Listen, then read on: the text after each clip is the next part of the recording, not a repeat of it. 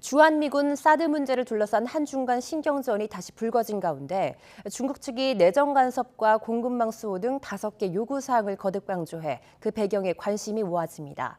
앞으로 사드 기지 정상화 과정은 물론 경제 협력과 문화 교류 확대 등 한중 관계에 걸림돌로 작용할 수 있다는 우려가 나옵니다. 이교준 기자의 보도입니다. 왕이 중국 외교부장은 지난 9일 한중 외교장관 회담 모두 발언에서 양국이 지켜야 할 5가지 요구 사항을 제시해 시선을 모았습니다. 한중 관계 발전을 위한 원칙으로 자주 독립 견제를 비롯해 안정적인 공급망과 산업망 수호, 내정 간섭 금지 등이 담겨 있습니다. 그러면서 이 항목들이 양국 국민이 바라는 최대 공약수이자 시대적 흐름의 필연적 요구라고 강조했습니다. 이에 대해 정부는 그동안 중국 정부가 취해온 기본 입장이라며 확대 해석을 경계했습니다.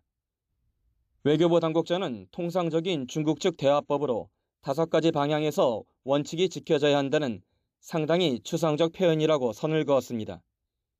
하지만 싱하이밍 주한 중국 대사는 지난 11일 양측 입장차가 큰 사드 문제를 언급하면서 왕 부장이 제시한 5가지 조항을 다시 거론했습니다. 싱하이밍 대사는 이 조항들이 양국 관계가 올바른 방향을 정해 안정적이고 건전한 발전을 유지할 수 있게 보장하는 전제라고 강조했습니다. 주한 중국 대사관은 이런 입장을 담은 한중 외교장관 회담 해석에 이어 한중 현안과 관련한 논평을 몇 차례 더 낼 계획인 것으로 알려졌습니다. 이 같은 행보엔 타이완 문제를 둘러싼 미중 갈등과 미국 주도의 반도체 공급망 재편 속에서 한미 밀착을 견제하려는 포석이 깔려 있어 보입니다. 미중 대립 구조 속에서 한국이 일방적으로 미국 편에 서지 않고 중국의 국가 이익을 훼손하게 되면 한국에 대해서도 강력한 압박 조치와 심지어는 보복 조치도 갈 수 있다라는 나름대로의 시그널을 보내는 것으로 볼 수가 있습니다.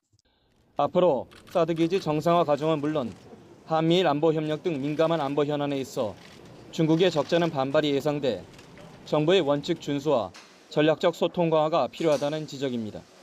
YTN 이교준입니다.